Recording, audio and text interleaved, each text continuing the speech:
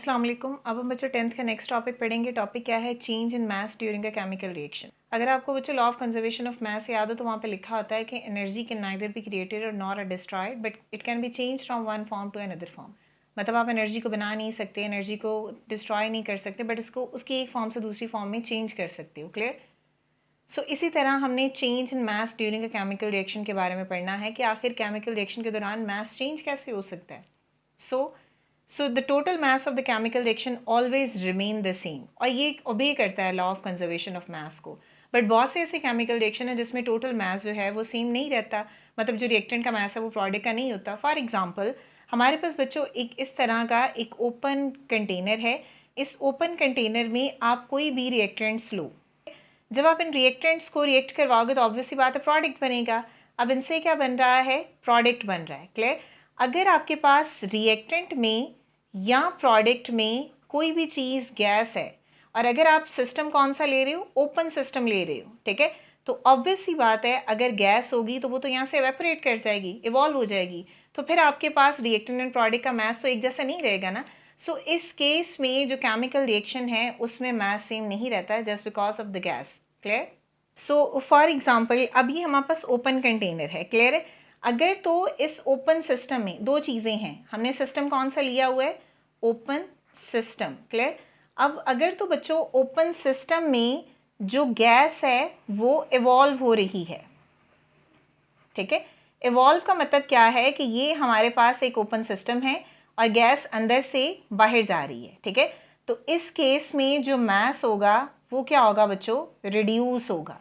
Reduce होने का मतलब क्या है? क्योंकि अंदर से चीज़ें निकल रही हैं ना। और अगर कंडीशन नंबर फर्स्ट ये है, और सेकंड कंडीशन में क्या है? अगर आपके पास ओपन सिस्टम ही है और गैस जो है वो इवॉल्व नहीं हो रही बल्कि क्या हो रही है? अब्जॉर्ब हो रही है, यानी बाहर से अंदर आ रही है, ठीक है? तो जब गैस अब्जॉर्ब होगी तो इट मीन्स दैट जो मास होगा वो फिर क्या हो जाएगा? इंक्रीज कर जाएगा। अगर गैस बाहर निकलेगी तो ऑब्वियस बात है अंदर से चीज़ें बाहर निकल रही हैं तो मास रिड्यूस हो जाएगा।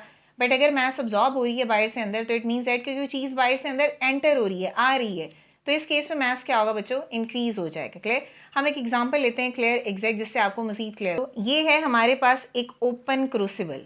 क्लियर? इसको हमने बोल दिया ये क्या है? ये है ओपन क्रूसिबल।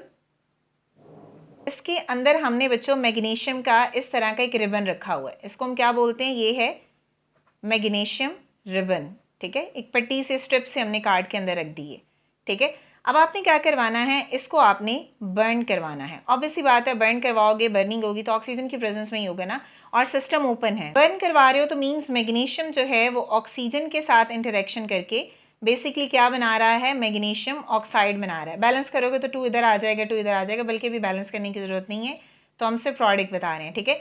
तो मैग्नीशियम ऑक्साइड बनेगा। हमारे पास ये जो मैग्नीशियम है ये रिएक्टेंट है, ये जो मैग्नीशियम ऑक्साइड है ये प्रोडक्ट है। क्लियर? बट यहाँ पे ये जो प्रोडक्ट बनता है इसका जो मास है बच्चों वो इंक्रीज हो जाता है एट द एंड। क्लियर? और इसके मास से, रिएक्टेंट से, यानी प्रोडक्ट का जो मास होगा वो बढ़ेगा रिएक्टेंट की निस्बत। रिएक्टेंट कम थे बट प्रोडक्ट जो है वो ज़्यादा हो गया। इसका रीज़न क्या है?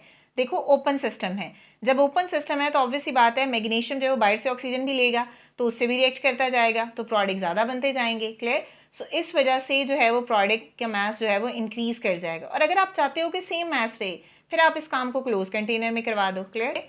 अब फॉर एग्जाम्पल एक कंडीशन तो ये है ओपन क्रूसिबल। सेकेंड कंडीशन क्या है? आप जो है वो सेम अपरेटस लो, क्रूसिबल लो, उसमें आप मैग्नीशियम का रिबन रखो और सिस्टम आप क्लोज कर दो। क्लियर? ये क्या है? ये है बच्चों मैग्नीशियम रिबन। क्लियर? आप इसको क्या करो? आप इसको बर्न करो। जब आप इसको बर्न करोगे तो यहाँ पे मैग्नीशियम ऑक्सीजन के साथ रिएक्शन करेगा और प्रोडक्ट हमारे पास क्या बनेगा? मैग्नीशियम ऑक्साइड बनेगा। क्लियर? ये हमारे पास क्या होगा? रिएक्टेंट, और ये हमारे पास क्या होगा? प्रोडक्ट। अब इन दोनों के केस में मास क्या होगा? सेम होगा।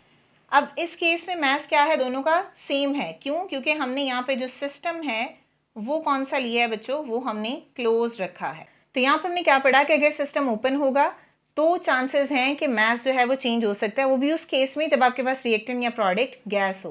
और अगर गैस नहीं होगा तो इससे ओपन या क्लोज सिस्टम पे फिर कोई फर्क नहीं पड़ता अगर आप लिक्विड या फिर कोई सॉलिड ले रहे हो। ठीक है? क्लियर हो गया? सेकेंड है बच्चों point formation of a gas during a chemical reaction. For example ये हमारे पास एक ओपन कंटेनर है, ठीक है। इस ओपन कंटेनर में हमने दो चीज़ें ऐड की हैं। एक हमने क्या ऐड किया है, मार्बल चिप, ठीक है, मार्बल चिप्स है। एक हमने इसमें ऐड किया बच्चों मार्बल चिप्स, जिसका फार्मूला क्या है, कैल्शियम कार्बोनेट, क्लियर। और साथ में हमने इसकी क्या ऐड किया है, HCl को ऐड किया। अब इसका रिएक्शन हमने करवाना है। मार्बल चिप्स जो है वो डाइल्यूट HCl के साथ रिएक्शन करेगा, क्लियर है। जब ये रिएक्शन करेगा तो बच्चों हमारे पास तीन प्रोडक्ट बनते हैं, कैल्शियम क्लोराइड, यहाँ पे वाटर, और यहाँ पे क्या है, कार्बन डाइऑक्साइड गैस। हमारा सिस्टम है ये बेसिकली क्या है, ओपन सिस्टम है, क्लियर। ओपन सिस्टम में हमने कैल्शियम कार्बोनेट को रिएक्ट करवाया है HCl के साथ। इससे बनता क्या है, कैल्शियम क्लोराइड बनता है, साथ में जो है वो वाटर बन रहा है, और इसके अलावा जो है वो इसमें कार्बन डाइऑक्साइड बन रही है। तो ऑब्वियसली बात है, गैस है तो इवॉल्व होगी। बैलेंस कर लो तो यहाँ 2 आ जाएगा। इस केस में जब आप देखोगे तो आपके पास यहाँ पे जो प्रोडक्ट का मास है बच्चों वो क्या हो जाएगा, रिड्यूस हो जाएगा। सिस्टम ओपन है, जितनी कार्बन डाइऑक्साइड बनी है वो सारी की सारी ओपन सिस्टम से क्या होगी, इवॉल्व हो। और ये जो कार्बन डाइऑक्साइड है कहाँ चली जाएगी, ये चली जाएगी बच्चों एटमॉस्फेयर में, क्लियर। और अगर सिस्टम क्लोज होगा तो फिर आपके पास क्या होगा कि दोनों तरफ आपका मास जो है वो सेम रहेगा, फिर चेंज नहीं होगा, ठीक है। रिएक्शन को बच्चों अगर आपने ग्राफ में बताना हो तो आप उसको कैसे बताओगे, देखो ये है हमारे पास रिएक्शन, हम यहाँ पे ड्रॉ करते हैं। यहाँ पे हम लिखेंगे टाइम, और यहाँ पे हम लिखेंगे कंसंट्रेशन मोलर में, m में, क्लियर। अब फॉर एग्जाम्पल अगर आप इस इक्वेशन को देखो तो इस इक्वेशन में रिएक्टेंट्स रिएक्ट करके प्रोडक्ट बनाते हैं। तो रिएक्टेंट आहिस्ता आहिस्ता रिएक्ट कर रहे हैं तो इनकी कंसंट्रेशन क्या हो रही है, कम हो रही है, और प्रोडक्ट आहिस्ता आहिस्ता बन रहे हैं तो प्रोडक्ट की कंसंट्रेशन क्या हो रही है, बढ़ रही है। आप इसी को ग्राफ में शो करो। रिएक्टेंट की पहले कंसंट्रेशन आप ये कहो कि 100 थी, आहिस्ता आहिस्ता रिएक्टेंट यूज होंगे, कंज्यूम होंगे, कन्वर्ट होते जाएंगे प्रोडक्ट में, तो आहिस्ता आहिस्ता इसकी कंसंट्रेशन जो है वो कम होती जाएगी, और फिर यहाँ पे ये ऐसे हो जाएगी, ठीक है। प्रोडक्ट शुरू में 0 थे, कुछ नहीं बना था, आहिस्ता आहिस्ता इनकी कंसंट्रेशन जो है वो बढ़ेगी, बिकॉज रिएक्टेंट कंज्यूम होकर प्रोडक्ट बना रहे हैं, और आहिस्ता आहिस्ता ये कंसंट्रेशन में फिर इस तरह आते जाएंगे, क्लियर। यहाँ केमिकल रिएक्शन हो रहा होता है, इसको हम क्या बोलते हैं, ये है कंसंट्रेशन रिएक्टेंट की जो डिक्रीज हो रही है, और ये हमारे पास क्या होगा, ये होगा प्रोडक्ट। यानी यहाँ पे कंसंट्रेशन डिक्रीज होगी और यहाँ पे प्रोडक्ट जो है वो बन रहे हैं, और यहाँ पे आके जब दोनों के रेट बराबर आ जाते हैं तो यहाँ पे एस्टेब्लिश हो जाता है बच्चों equilibrium. So change in temperature during a chemical reaction. Next है कि केमिकल रिएक्शन में जो टेम्परेचर चेंज होता है वो क्या है। So chemical reactions are quite often accompanied by the change in temperature. अब टेम्परेचर चेंज होगा तो रिएक्शन या तो एंडोथर्मिक होगा या एक्सोथर्मिक होगा। ये हमने पढ़ा हुआ है whether the reaction are exothermic और एंडोथर्मिक। एक्सोथर्मिक में आपने सिंपली याद रखना है हीट इवॉल्व होती है यानी बाहर निकलती है, और एंडो में हीट अब्जॉर्ब होती है यानी दी जाती है, क्लियर। तो दोनों की डेफिनेशन क्या होगी, एक्सोथर्मिक बोलते हैं heat is released which is absorb by the surrounding. जो हीट निकलेगी, फॉर एग्जाम्पल ये हमारे पास एक सिस्टम है, ठीक है। अब यहाँ से हीट जो है वो बाहर निकल रही है, इसको हम बोल देते हैं ये है सिस्टम, और इसको हम बोल देते हैं ये है बच्चों सराउंडिंग। ये हमने 9th में भी पढ़ा हुआ है।